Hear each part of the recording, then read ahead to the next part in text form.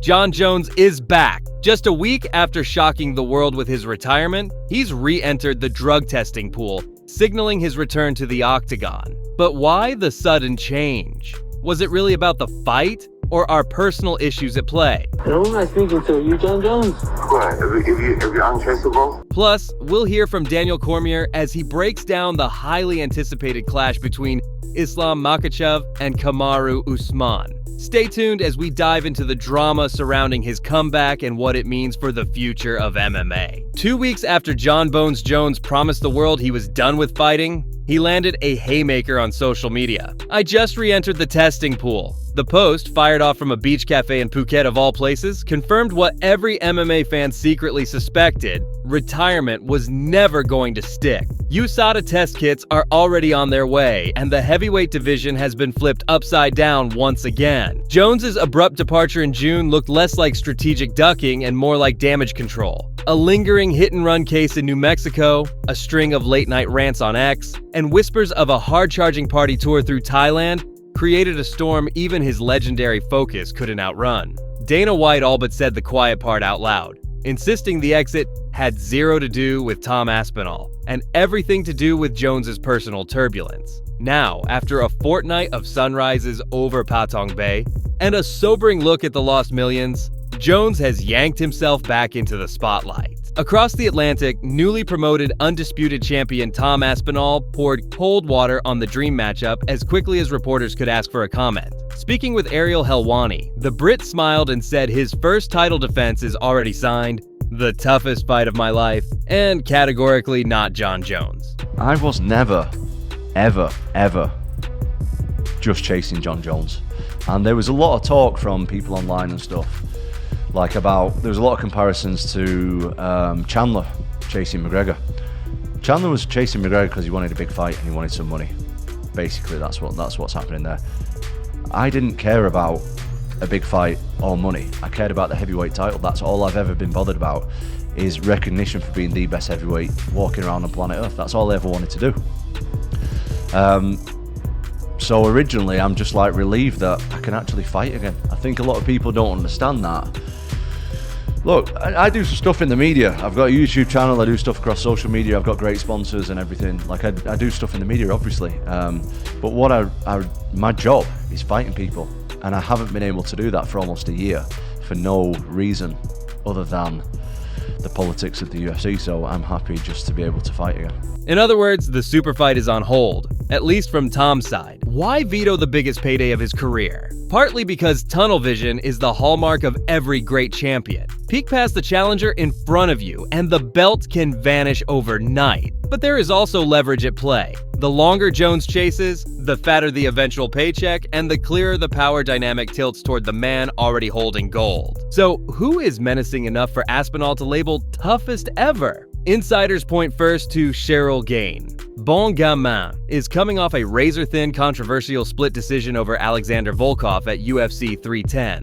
A fight many media outlets scored for the Russian. Controversy or not, Gain's gliding footwork and surgical jab make him the most marketable and stylistically tricky option on short notice. Alex Pereira briefly set social media ablaze with cryptic emojis.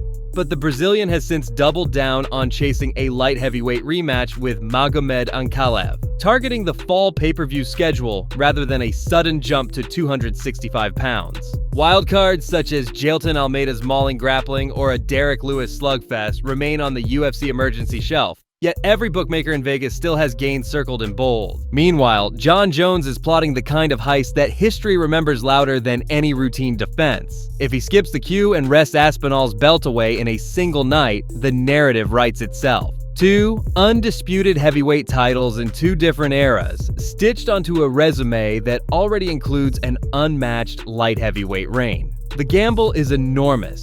Aging ligaments, multiple surgeries, and a rapidly improving division leave him little margin for error. But a successful smash and grab would give ammunition to every GOAT argument for decades. While heavyweight steals the headlines, a potential super fight is quietly forming 2 divisions down. Islam Makhachev, having vacated the lightweight crown, is scheduled to meet welterweight champion Jack Della Maddalena later this year. Daniel Cormier has already fanned the flames of a follow-up blockbuster, predicting that a victorious Islam would end up trading leather with former pound-for-pound king Kamaru Usman, because elite wrestlers so often nullify each other's grappling and turn matches into high-speed kickboxing duels. Islam gets the job done. Now you got Kamaru and Islam. Yeah. How do you break that fight down? And how do you break them accordingly? I'm not saying giving or picking sides, but dude, they're two wrestlers, man, that have hands. I think it's a great fight. And in most instances, whenever you have two guys that can wrestle, you end up seeing striking.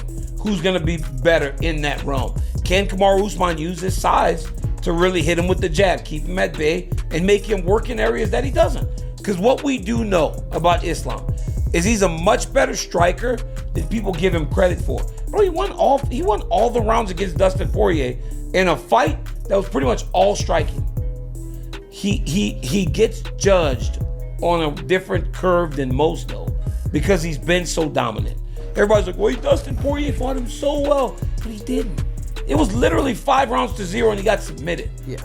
So he gets a little bit like... It's almost like Poirier got his licks, but he got dominated. He got beat. Usman's gritty 5-round decision over Joaquin Buckley in Atlanta proved the Nigerian still owns the piston jab and gas tank that once dominated an entire division. And he has made it clear a second belt is the only goal worth chasing. Drop another 25 pounds and the cardio tornado that is Merab Dvalishvili looms over bantamweight. Corey Sandhagen, fresh off his own statement win, has mapped out an unusual plan. Take the center first, force Merab to shoot into empty space, and punish every miss with rangy knees and elbows. He admits everyone gasses, but insists victory will hinge on who manages fatigue, not who avoids it. The UFC is quietly targeting November for that title clash, meaning another marquee bout could land on whatever pay-per-view Jon Jones chooses to headline. One impulsive tweet has set off a chain reaction. Heavyweight waits to see whether Jones will steal or skip. Tom Aspinall guards a mystery contract. Cyril Gane, Derek Lewis, and Jailton Almeida shadowbox in case the call comes. Light heavyweight braces for Pereira Ankalaev 2, while Pereira toys with heavyweight dreams. Welterweight could crown a new double champion before Christmas, and bantamweight's pacing machine is about to meet a sniper who believes footwork breaks cardio. That is why the sport feels like Jenga tonight.